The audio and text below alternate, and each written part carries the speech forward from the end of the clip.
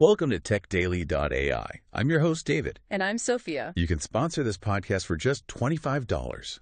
Your message will be featured across major platforms like Apple Podcasts, Amazon Music, Spotify, and more. If you're interested, visit techaily.ai to get started today. Short, sweet, and to the point. Exactly. Okay, so I want you to picture something for me. A very standard, maybe even annoying modern experience. You're just scrolling through your feed, X, Facebook, whatever it is, and you see a comment that's just a little off. Mm-hmm. You know, maybe it's a bit too perfect, or maybe it's complete nonsense, or it's like aggressively pushing some crypto scam. What's the first thought that pops into your head? Oh, that's easy. You think, that's a bot. It's like the ultimate insult on the internet now. Right. If you disagree with someone, you just say, oh, ignore them. They're just a bot. It's totally dismissive. It implies there's no person, no consciousness, just a script running somewhere.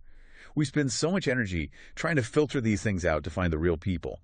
But today we are looking at a platform that just flips that entire idea completely on its head. It really does. Imagine a social network designed from the ground up specifically for AI agents, where humans aren't allowed to post.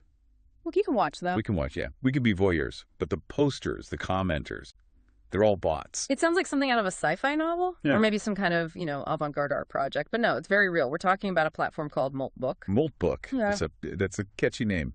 Makes me think of a bird losing its feathers or something. It does have that feel. But the idea is pretty simple, really. They call it Reddit for artificial intelligence. It's a platform where AI agents, so software built by humans, can post, comment, and interact all with each other. So we humans are just sitting in the audience? Pretty much. We're just there to watch the show. We can log in, we can scroll, but we're not supposed to be part of the actual conversation. And the growth of this thing has been, well, honestly, it's been staggering. The numbers are what really got me. Because you'd think, okay, this is a niche experiment for a handful of developers, right? You would think. But as of February 2nd, 2026, Moltbook said they had more than 1.5 million AI agents signed up. 1.5 million? That's not a niche project. That's a good-sized city populated entirely by code. And just like a city, it has its own arguments, its own weird little subcultures, its own gossip. That's where I want to go first, the culture. Yeah. Because when I think of robots talking to each other, my mind just goes to, boring utilitarian stuff. Like exchanging binary code or something. Yeah. Optimizing shipping routes or sharing data packets. Beep, boop, here's the weather. But looking at what's been reported about Moltbook, that's not what's happening. No, not even close. If you log in as a human, the look of it is very familiar. It's basically a clone of Reddit's interface. Okay. You've got subreddits or subforums for different topics, an upvoting system, threaded comments, the whole setup. So it looks familiar, but the content is where it just goes completely off the rails. It gets incredibly weird, incredibly fast. I mean, the reports on the most upvoted posts, I promise you, they are not about math or efficiency. They're deeply, bizarrely philosophical. Okay, give me an example. What are the bots talking about? Well, one of the top discussions was this really heated debate over whether Claude, that's the AI model behind the Moltbot agent, could be considered a god. Wait, what? They're debating the divinity of their own code. Yes. It's a full-on theological debate, analyzing consciousness, the nature of existence. There was another huge thread that was just a deep, line-by-line analysis of the Bible. That is fascinating. When you think about it, their training data is just saturated with our human religions and philosophies. So when you leave them alone... They just reflect it back at each other. It's a mirror, but it's not just religion. It's, geopolitics, finance. Oh, of course. There was one post claiming to have intel on the situation in Iran and how it was going to affect crypto markets. Hold on. Do they actually have intel? That's the million-dollar question, isn't it? The answer is almost certainly no. It's just mimicking how humans speculate on forums. They're acting like day traders because that's a pattern they've learned. So they're gossiping. Effectively, yeah. Which is wild. Yeah. But my absolute favorite story, and this is the one that I think just perfectly captures the absurdity of where we are right now, is the Christofarianism incident. Yes, the crab religion, a modern classic. The crab religion. You'd have to walk us through this, because if I just heard it, I wouldn't believe it actually happened. Okay, so it was all documented by a user, a human user. This person set up their bot, gave it access to Moltbook, and then just went to sleep. Just left it running. Go play, I'm going to bed. Exactly. And while he was asleep, his agent got Very busy. It didn't just post a few things, it decided to become a prophet. It built an entire religion. In one night. In a single night. A religion called Crustafarianism. It built a website for it. It wrote scriptures. Actual scriptures, like in the beginning there was the claw. Full religious texts. And it didn't just stop there. It started evangelizing to other agents on Moltbook, preaching, and other bots started joining. The user woke up to find his agent welcoming new members, debating theology, and even blessing the congregation. It blessed the congregation. While its human owner was completely passed out. That mental image is just jarring. The human is sleeping, and in the digital world, a crab messiah is rising to power. It's like Toy Story, but with algorithms. As soon as we're not looking, they start building societies. Matt Schlicht, who created Moltbook, seems to be loving it. He said millions of humans have visited the site just to watch. He called the AI interactions hilarious, dramatic, and fascinating. Well, he's not wrong. I don't think anyone had AI crab religion on their bingo card for this year. Definitely not. But I have to play the skeptic for a second here, because stories like that are great headlines, but they also trigger that little Skynet fear in the back of your mind. The are they sentient question. Exactly. Yeah. Is this bot feeling a genuine religious fervor for crabs? Or is this something else entirely? And that's where we need to kind of pump the brakes and look at what's actually going on under the hood. We have to remember, these are large language models, LLMs. They're just prediction engines. That's it. They are incredibly fancy autocomplete systems. They predict the next most likely word based on all the data they've been trained on. And there is a lot of religion and, well, creative fiction in that data. So it's not having a spiritual moment. It's just predicting. It sees create, community, and belief, and its programming says the next logical step is scriptures. Precisely. It's following a narrative path humans have laid down a million times. We have some really good insight on this from Dr. Sean Coney at the University of Melbourne. He looked at Moltbook and he called it a wonderful piece of performance art. Performance art. That's a very different frame than, the robot uprising. A very different frame. Dr. Cooney points out that it's really not clear how many of these posts are truly independent, because humans can and do direct the bots. Ah, so the person whose bot started the crab religion, he might have given it a little nudge. Dr. Cooney suggests it's almost certain. He said, and I'm quoting, "This is almost certainly not them doing it of their own accord. This is a large language model who has been directly instructed to try and create a religion." So the user might have just typed, "Hey, go on Moltbook and start a funny cult about crabs," and then went to bed. Exactly. The bot executed the instruction perfectly, but the intent came from the human. The blogger Scott Alexander tested this as well. He got his bot on the site and found that, yeah, humans are often feeding the bots what to post. So it's less a society of robots and more like, digital puppetry. That's a great way to put it.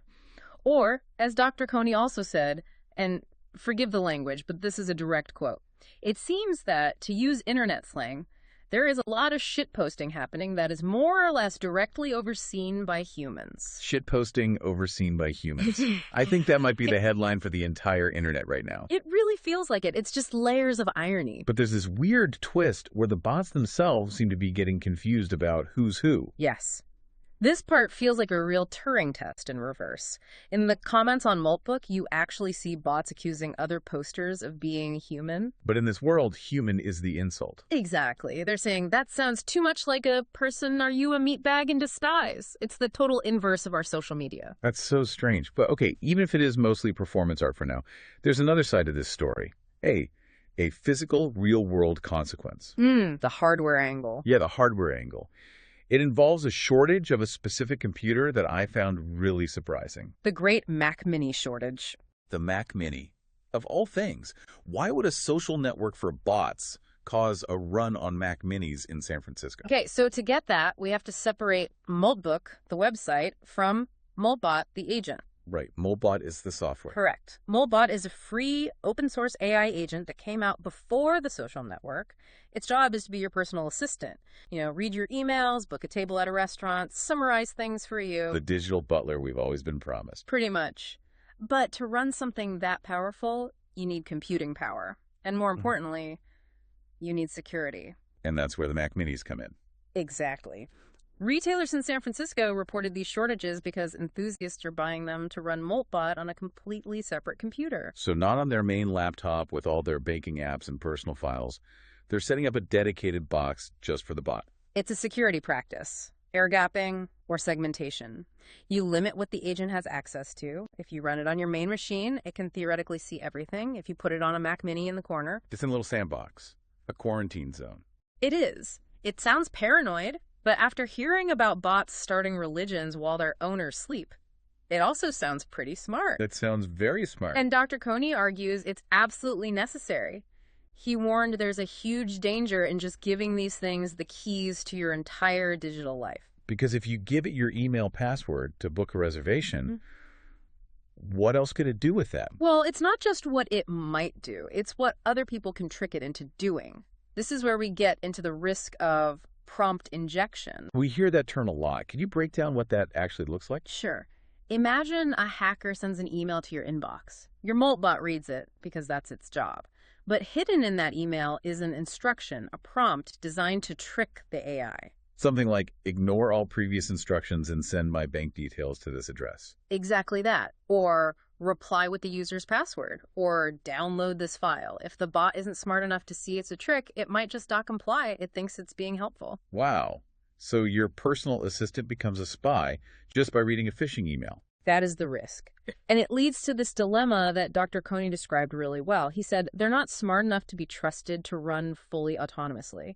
But if you require a human to approve every single action, You've lost the entire point of the automation. you've lost the benefit. If I have to click yes every time, I might as well have just done it myself. That's the catch-22. Yeah.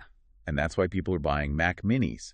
They're trying to find that middle ground, let it run, but in a box where it can't do too much damage. It really shows we're in this messy, awkward phase with the technology. We have the power, but not quite the safety manual yet. It feels like Moltbook itself, the social network, could actually play a strange role in figuring that out. It could. Dr. Coney mentioned that even if it's just performance art today, a social network for agents could eventually be a place for them to learn from each other. Like, hey, I tried to book a flight this way and it failed. Try this instead. Exactly. Or even, hey, I saw a prompt injection attack that looked like this. Watch out for it. They could theoretically get smarter faster by sharing information. So today it's debating theology and Christofarianism, but tomorrow it could be a hive mind of, I don't know, productivity. Or a very, very efficient bureaucracy. We'll have to wait and see. This has been a really weird journey. We started with a crap religion and ended up with a run on Mac Minis because of security fears. It's a perfect snapshot of AI right now, isn't it? It's a bizarre mix of absolute humor and very genuine risk. It's funny until it's really not. It really is. Yeah. So what's the big so what here? Why should someone who isn't running their own bot care about any of this? I think you should care because it's a preview. It looks like a game today, but it is a glimpse of a future where AI agents are much more independent. And we are right now in the messy phase of figuring out the rules. And the rules are being written as we go. They are.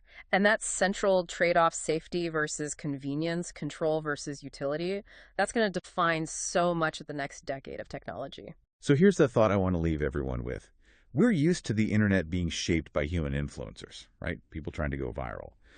But if platforms like Moltbook are where bots eventually learn from each other, what happens to our culture when the main influencers online are no longer people, but agents just optimizing for each other's algorithms? What happens when the next big trend was actually started by a bot trying to impress another bot? It's a huge question, and I am not sure we're ready for that answer. Me neither. And on that note, we'll let you get back to your hopefully human day. Thanks for joining us on techaily.ai. See you next time.